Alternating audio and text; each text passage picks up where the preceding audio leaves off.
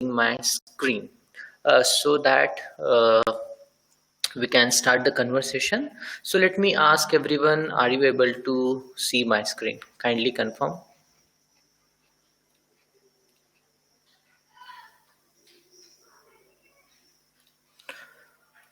All right, thank you for confirming. So you are seeing my screen now. So we can get started with the webinar. So this is the ACE PMP examination in 2020 webinar series organized by RxHI. So today we are in the third webinar of this series, and the topic of discussion today is getting ready for PMP examination. My name is Ravi Kumar. I'm the host and speaker for today's webinar as well as for the entire series. All right. So let's get started with a quick round of introduction. So I have around 20 years of experience in the field of strategic management, product development, new product introduction, as well as operations management. And at RX Agile, while I do several things, but my primary role is getting the product done. So I'm the chief product architect and I'm developing this instructor-centric platform. If you are interested, you can visit www.rxagile.com to know more about what we do. So as I said, I'm responsible for the product development and strategy, and I also lead the project management at Agile practice at RX Agile. As far as my credentials are concerned, I hold 3 certifications from PMI, namely PGMP, PMP, and PMI ACP. I'm also a professional Scrum product owner. I'm a certified Agile coach and a Kanban management professional. I'm an active SAP program consultant, and I also hold the PMOCP certification. So that's about my professional credentials. So let's move forward. A few points before we get into the details. Kindly switch off your video so that we can conserve the bandwidth, and please post your questions in the chat box. I would be looking at your questions throughout the webinar and I would be answering them throughout the session, or if appropriate, we can take them up towards the end of the webinar. Feel free to use your mic when required. You have full control on your mic. Only request I have is that use them when you feel that you need to talk. Okay, this is in interest of the audience in this webinar. And of course, recording of the webinar will be made available to all the registered participants, and these recordings are typically uploaded on our YouTube channel as well as on our Facebook page. And shortly, in next maybe 3 or 4 days, you will receive the link to access the recordings of the webinar. So with that note, let's get started. So I formally welcome you to the webinar, and let's begin with the agenda. So what we are going to cover. So there are actually 2 topics broadly I'm going to cover. Number 1 is helping you understand what is the importance of PMP examination. And next I will discuss 10 frequently asked questions about PMP. So in summary, the message that I'm gonna give you is, let me rephrase my sentence. What I'm going to do is, I'm going to give you a clarity of everything and anything you need to know about PMP. If you are a PMP aspirant, whether you have started your journey or you are someone who is looking forward to start the journey and you have some questions in your mind. So this webinar will give answers to all these questions. I believe after I'm done with the conversation, you will get answers of all the questions. But in case if you feel that there are some residual questions which still need attention, feel free to post your questions and I would be happy to attend them. So let's start now. So let's ask a very simple question. Why it is important to write PMP examination, or why to earn this certification? So there is no second thought about it. There is an increasing awareness among the organization about benefits offered by good project management practices. So this part is very clear. Organization know why project management practices are so important. Having said that, there is also a clear level of record in the business literature that growing adoption of project management practices by organizations require project managers who can lead and manage complex projects. So this need is also been recognized. Now, what is the challenge? The challenge is organization need a mechanism to identify qualified project managers who can lead and direct complex projects.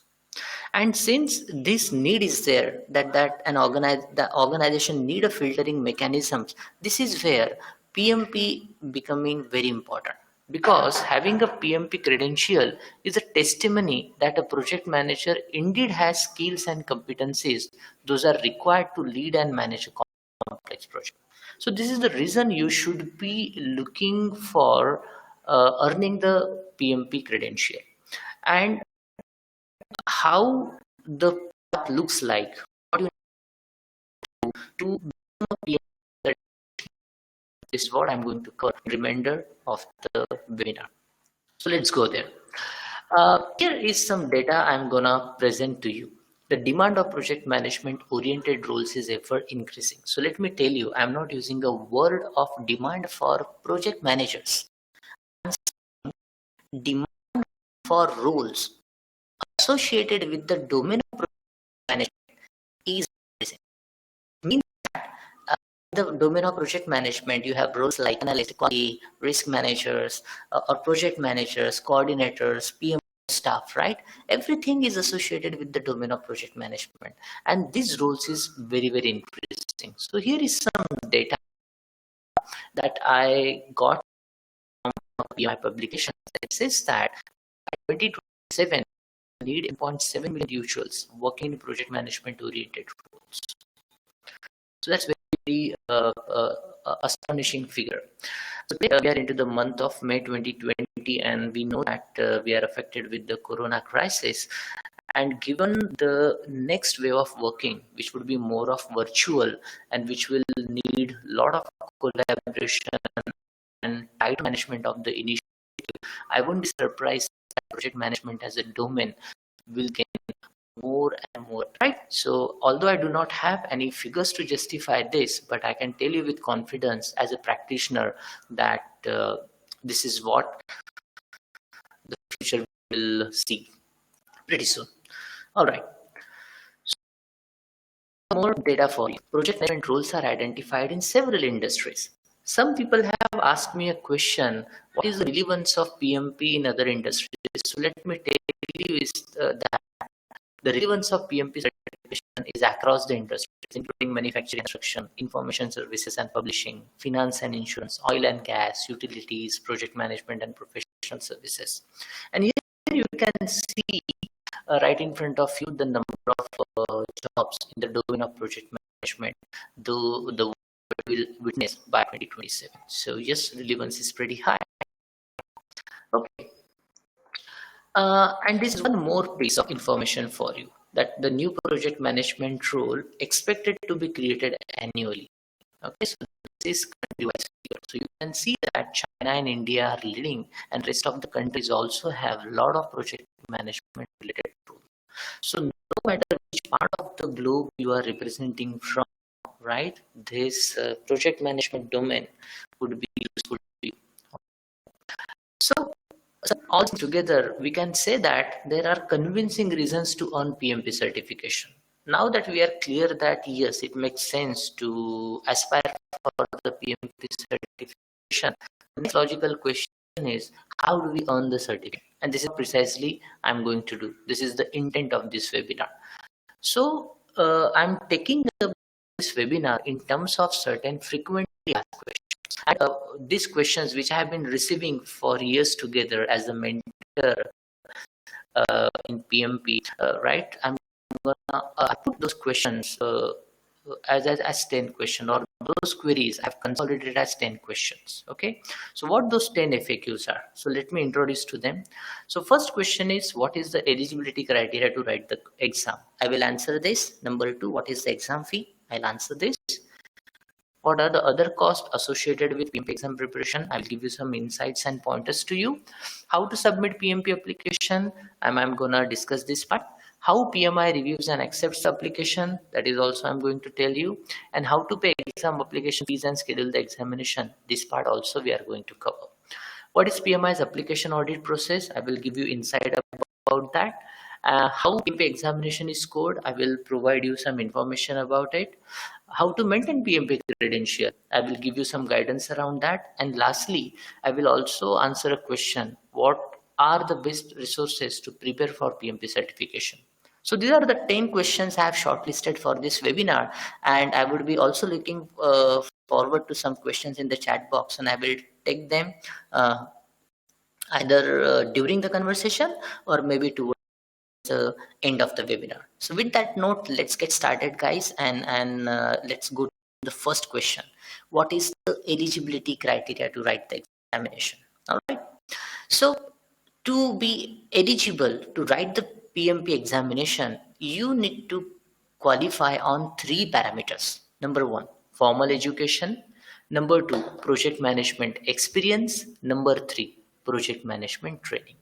So to apply for the examination and to earn the credential, these three criteria needs to be satisfied. Let's get into details of this.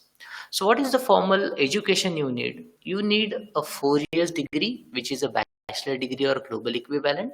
And if you hold this qualification, you need to demonstrate 36 months, which is equivalent to 4,000 hours of unique non-overlapping project management experience.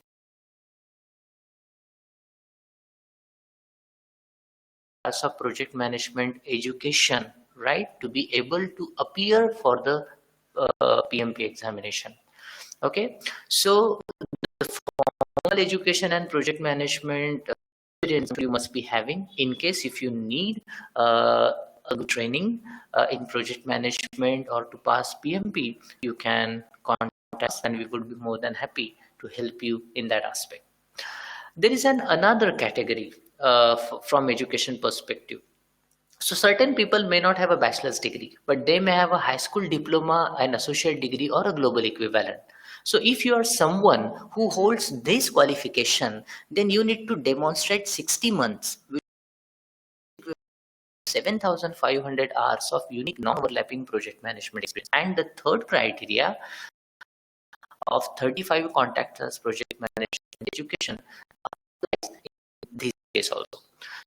So you may be holding a bachelor's degree or you may be holding a diploma, right? So only difference is in terms of project management experience. So kindly validate what education qualification you have. Accordingly, you will have to satisfy the project management experience requirements. So another important point that I wanted to cover here is about the non-overlapping nature of the project experience. So here is a small illustration I've created. So the horizontal line is a timeline from January to August, and the bars, the blue one, the black one, represent certain projects. Okay, so I have shown here that there is overlap between the green bar and red bar, as well as the red bar and the blue bar. So this is what we call it as overlap. So in simple words, this is additive. So if you look at this illustration, considering this, you can say that your unique non-overlapping project management experience is 8 months. That is from January to August.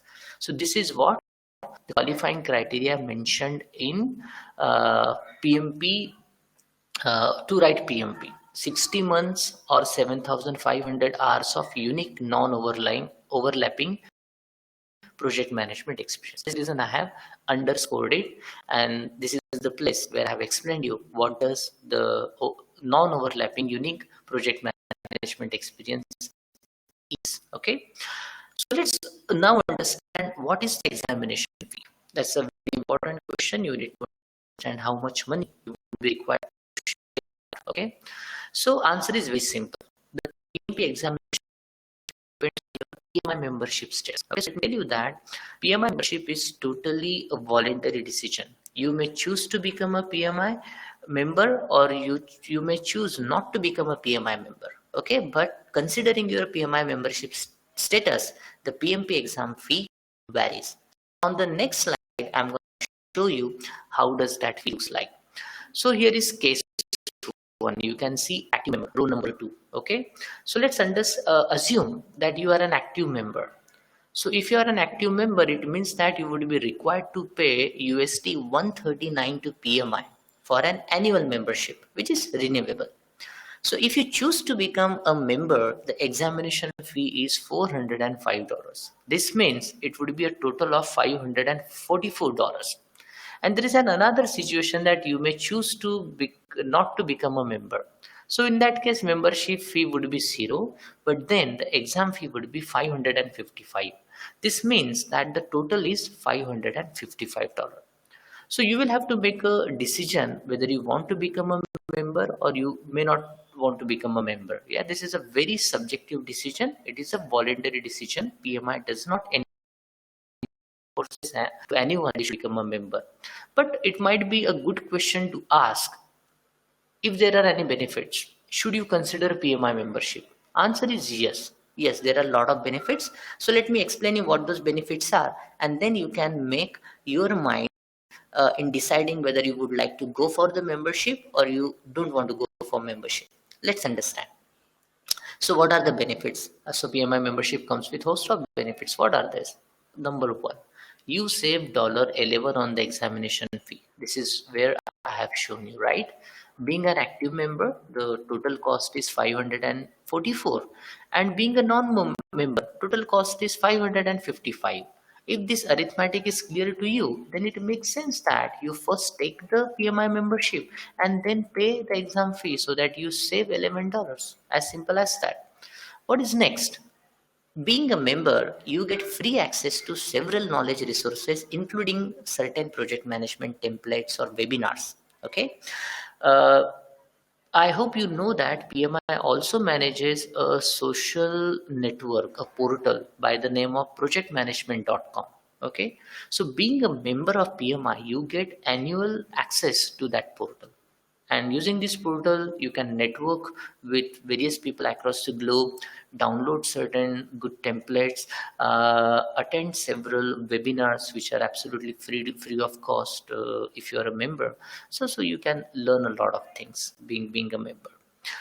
And last and perhaps the most important is you will get a free download of PMBOK and other documents. There are several foundational standards and practice guides published by PMI, and you will get an access to those guides and standards being a PMI member. So these standards would be your licensed copies.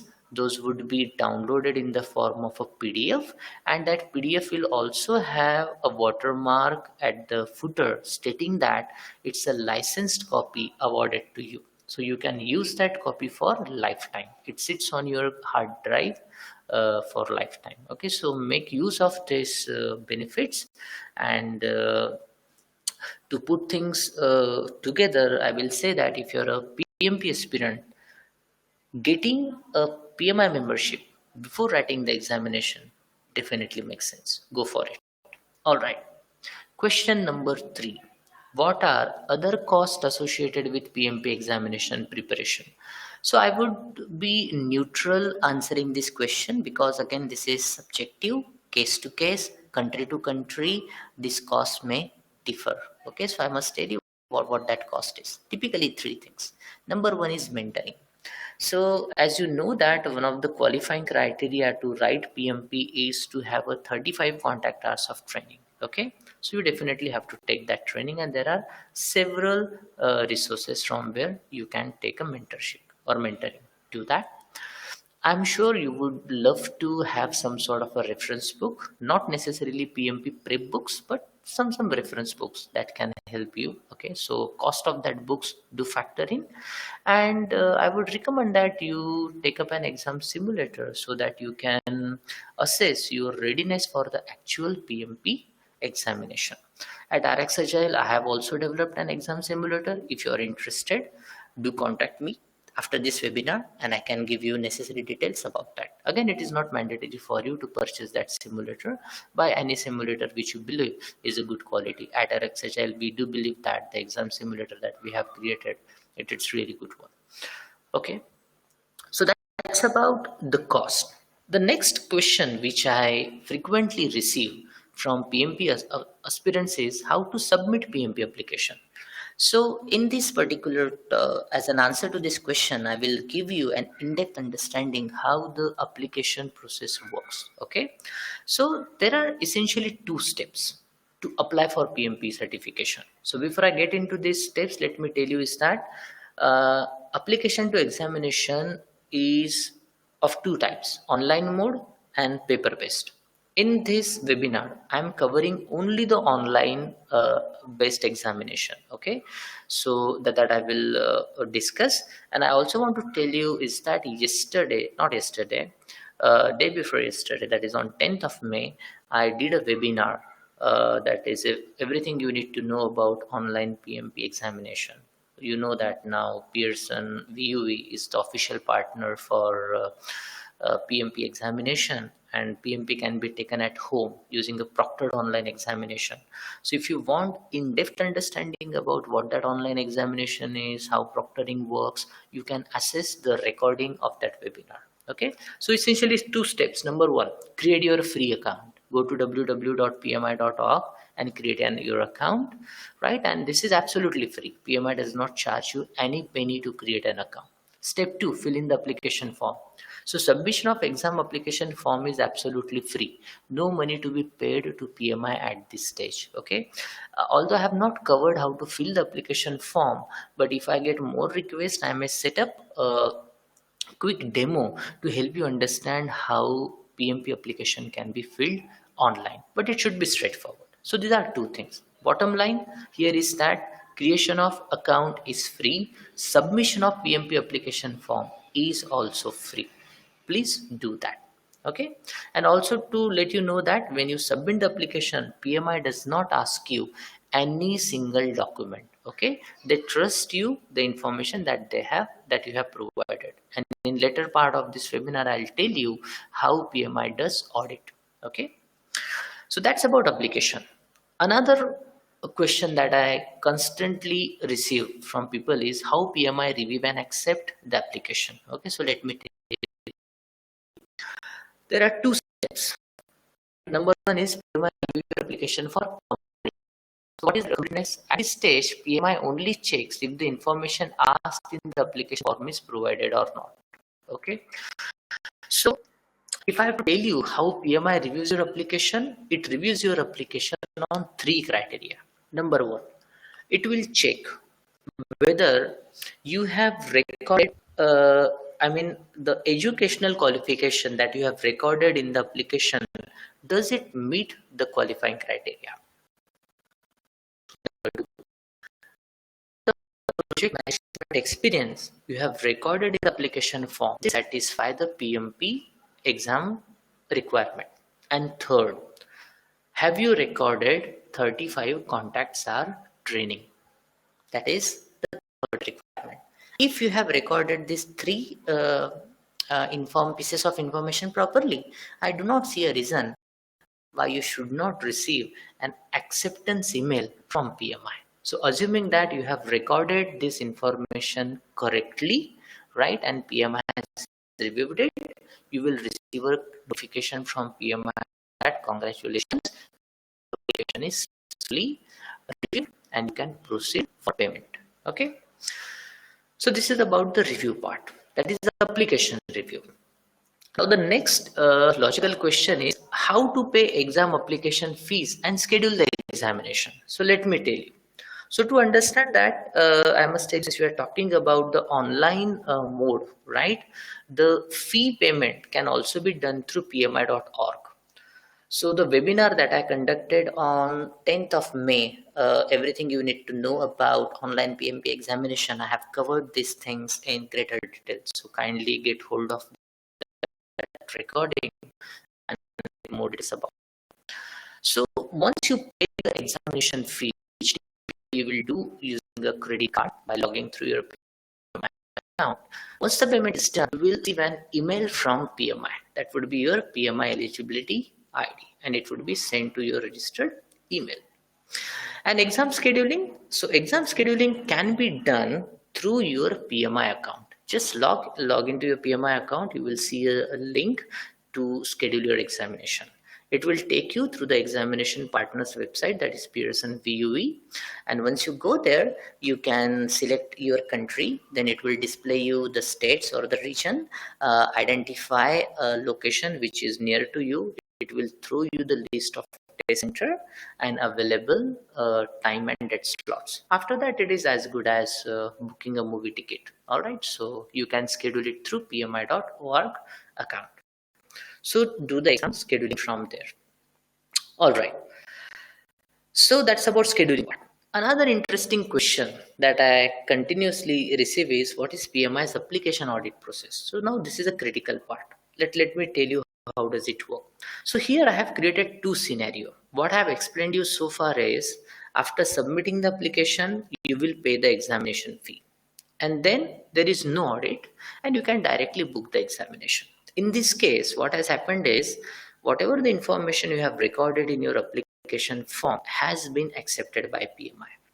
But PMI being a certification body, it has to comply to certain statutory requirements. And one of the statutory requirement is, certain percentage of application should be evaluated or checked for the correctness and truthfulness of the information recorded in the application form. So that's what audit is. So this audit is random process. No one knows whose application will get caught for audit. And even if, let's say, your application gets caught for audit, there is no point of getting agitated about it or unnecessarily getting tense about it. It's simple process. So how this process work? You pay the exam fee.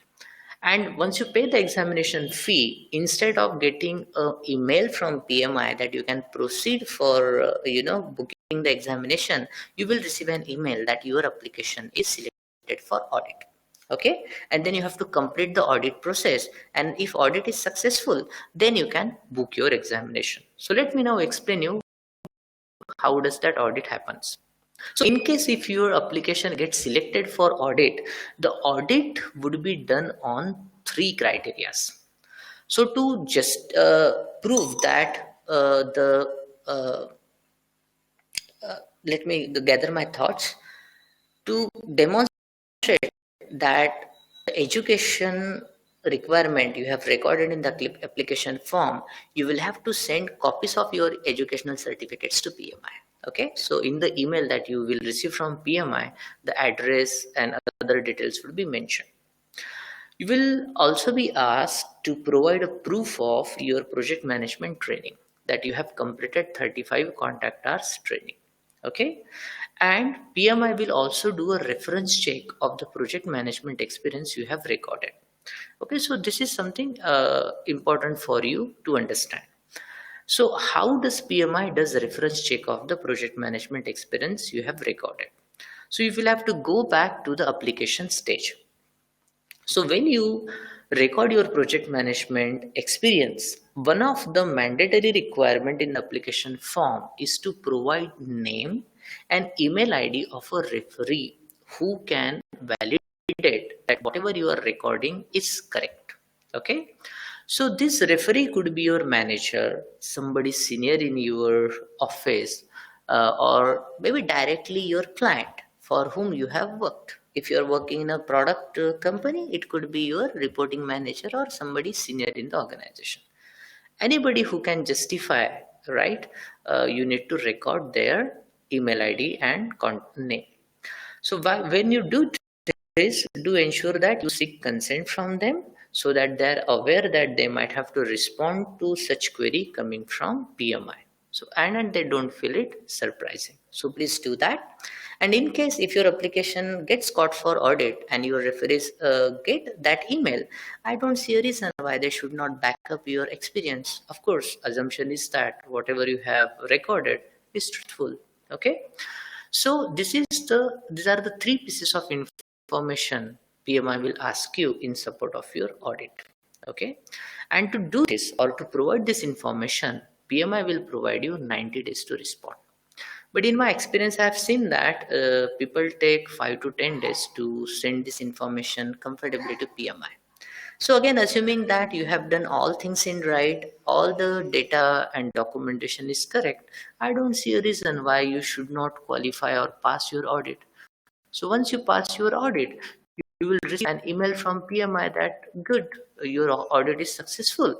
Kindly proceed to booking the examination. So you can go to PMI website, log in there, book your examination through PU, as simple as that. So that's about the audit process. Hope that clarifies how audit works. The next question which I frequently get is how is PMP examination scored? Okay, so let me answer that. So let's understand how exam works first. So this is a multiple choice question and exam, and each of the question has four options. So in total you will get 200 questions and allotted time would be 4 hours. So out of these 200 questions, only 175 questions are considered towards your pass or fail score, and rest 25 questions are pre-test or dummy question. So what is pre-test or dummy questions are? These pre-test and dummy questions are nothing but the questions which are used by PMI to test their validity to be part of the actual PMP examination. So these are research questions. PMI is testing whether they can make these questions as part of the master question.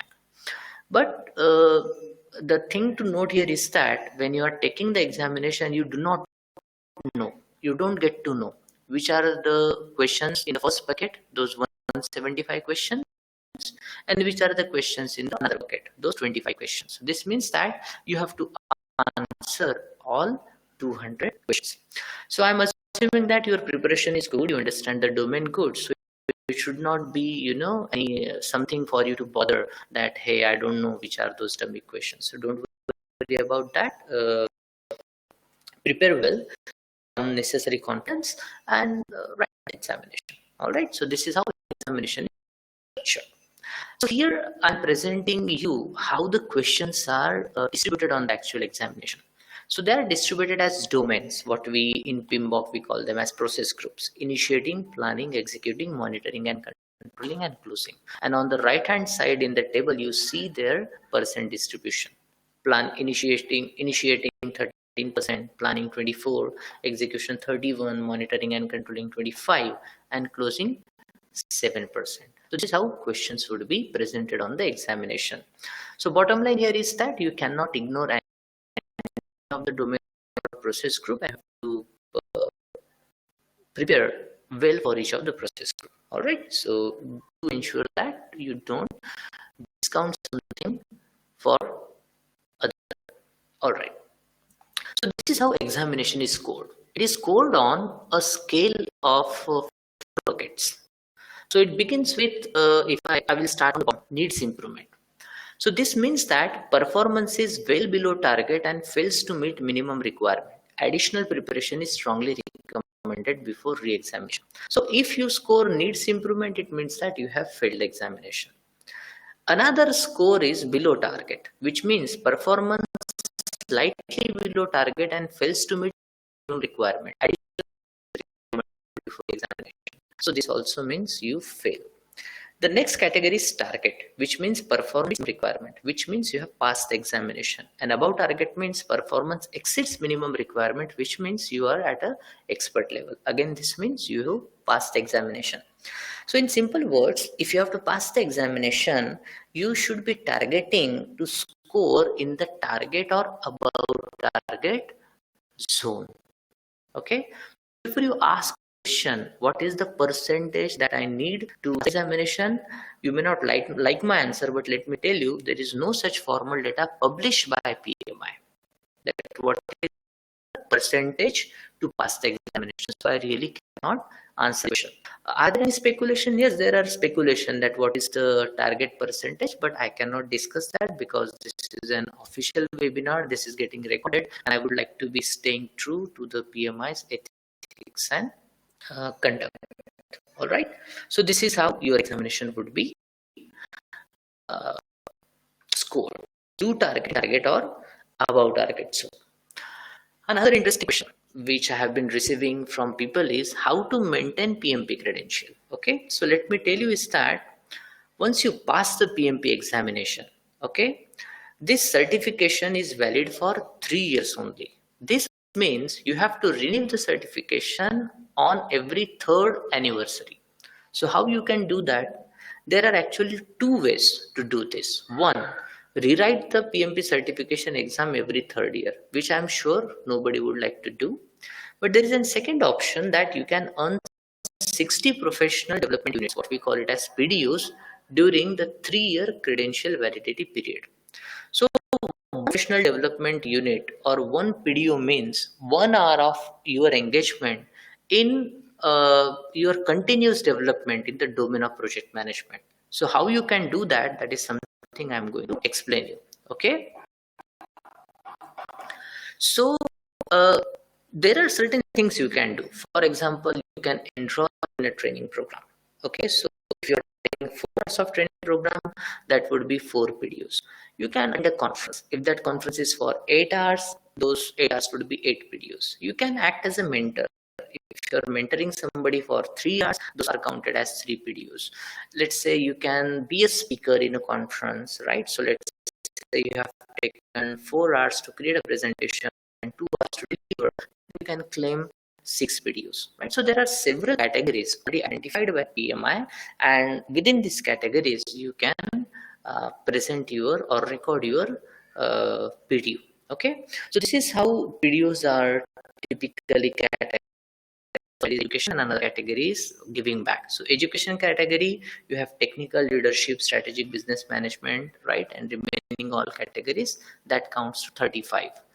That is maximum 35 hours of engagement you can claim in this bucket. Another is giving back, where working as a professional, so 8 PDUs you automatically get, and volunteering and creating knowledge, 17 PDUs maximum you can claim. So that is 25. So 35 plus 25 it is 60 PDUs.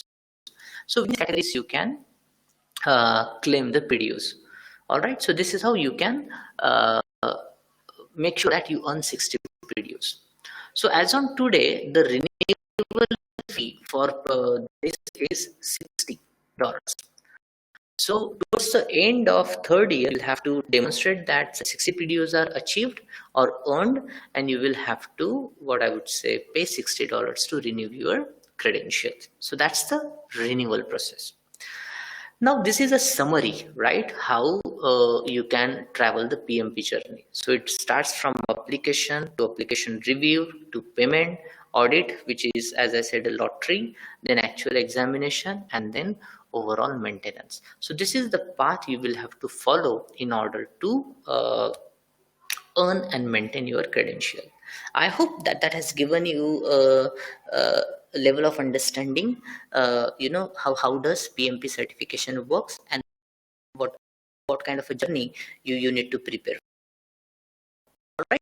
If you need further information, I strongly recommend you can go to either of these 3 documents, or I would say all the 3 documents. The first one is Project Management Professional Handbook. Every single information about PMP is available in this handbook. Second is, on the right side is Project Management Professional Exam Content Outline, which is nothing but syllabus of a PMP, how PMP will test you. And the middle one is Continuing Certification Requirement CCR Handbook. So in this handbook, you will find out information, what are the categories of PDUs and how to claim them. Okay, and all these 3 documents are freely available on PMI website, or just Google by the name of these books and you should PDF for download. So read it for all the practical purpose. Okay, and I will come to the 10th question. What are the best resources to prepare for PMP certification? So again, I would like to stay neutral here, no prejudices, but my simple answer to this question would be, what really matters to prepare for PMP certification is your mentor. The mentor will take you or drive you through the journey of PMP. Again, since I'm the speaker in the webinar, I don't want to unnecessarily garner some attention. But if you visit my LinkedIn profile, you will see plenty of recommendations from the people who have taken PMP and other coachings from me. Okay, so you can pick out any of the name, go to the PMI website and check the PMP certified directory. search that name, you will see that almost everybody is PMP certified. Okay, so mentorship really matters. Other than that, the books, right, the simulator, there is plenty of information available, plenty of resources are available. Feel free to do that. But my honest recommendation would be get a good mentor who can try. If you feel that you need my services to mentor you through the PMP journey, kindly contact me. I would be more than happy to assist you in that. Okay, so that's the bottom line. Seek guidance from a good mentor. Okay, so with this note, I must say that I have covered the 10 questions which are frequently asked. And in fact, the Ask a Question initiative that I started last month, I have covered many answers to many of the questions which I received from people who followed my Facebook page. Okay, so now I would be opening up this for questions. If you have any question, feel free to ask. I'll be looking in the chat box now.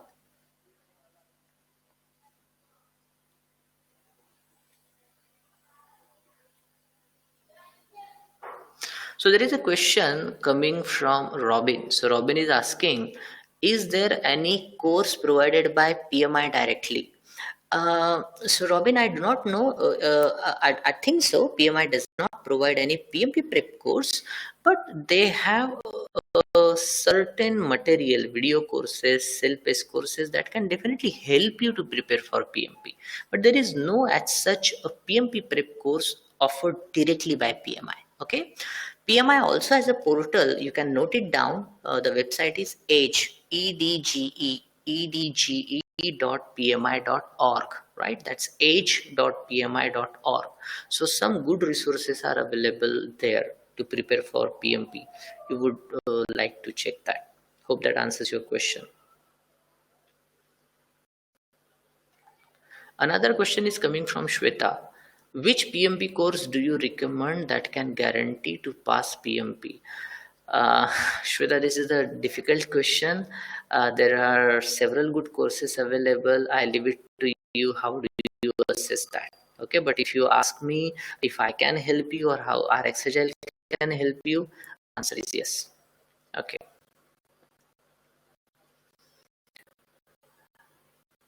So the question from Dilip is, how much time do you think is required to prepare for PMP examination? Now that's a good question.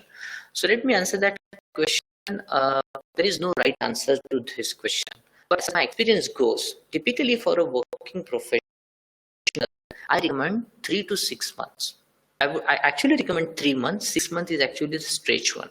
Considering the work pressure, the existing responsibilities, in case if you have a family, extended family, managing that, out of it, committing time for an tough examination like PMP, it's definitely taxing one. So if you are somebody who represent this situation, then 3 months I believe is a good time you should take, considering on an average 1 to 2 hours per day you are committing for studies. You are good to go. Okay, so hope that answers your question. Okay, all right.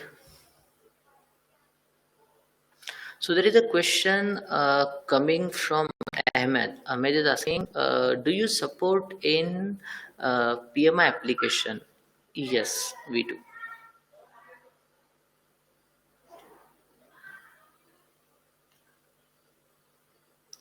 There is a question coming from, what's the name? Melvin.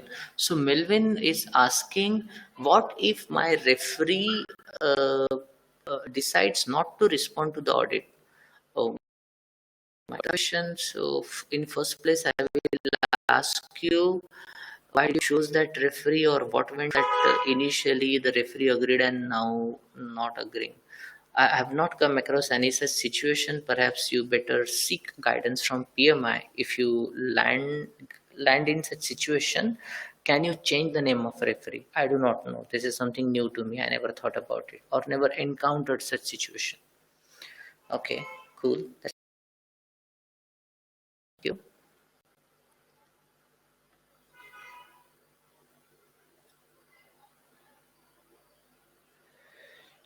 All right. So most of the questions I'm seeing are on the same lines which I have just seen. So guys, in interest of time, today is basically a short time I have allotted for this webinar. The questions in the Google form, that list is increasing. So in the past two webinars, I opened up that Google form sheet where the questions that you posted to me, I answered. And for this particular webinar, I have actually covered all the questions. Those were posted in the Excel sheet. So I do not see a reason to go back to the Excel sheet, the Google form, and then look at it, right? But for the next webinar that is happening tomorrow, I'll cover those. So anyways, let's go towards the conclusion part of this webinar. So far, we have completed 3 webinars. On 10th, it was everything about the online PMP examination. Yesterday, that is 11th May, I discussed the agile concepts in PMBOK. And today, we just concluded the getting started with PMP certification. So in this ACE, the PMP examination 2020 webinar series, 3 webinars are done. So tomorrow, that is 13 May, I would be discussing strategies to answer a question on actual PMP examination. So if I'm targeting in 2020 to pass the examination, I suggest you please don't miss out on this webinar. And on 14th, I will be discussing a simple mechanism to understand PMBOK like a pro. If you're someone who finds challenges in reading PMBOK, right, remembering concept, if you are too tired about several charts, those might be hanging on your walls, do come and join this webinar. I will give you time-tested strategies, no hoax. I will tell you how to scientifically understand PMBOK, right? Help you in passing the PMP. So that's all about the webinar for today. So I hope that you would be coming for the next 2 webinars as well. So with that note, I am extending my thanks to you. Thanks for joining the webinar. With that note, I am this webinar. See you tomorrow. Thank you so much for joining today. I'm stopping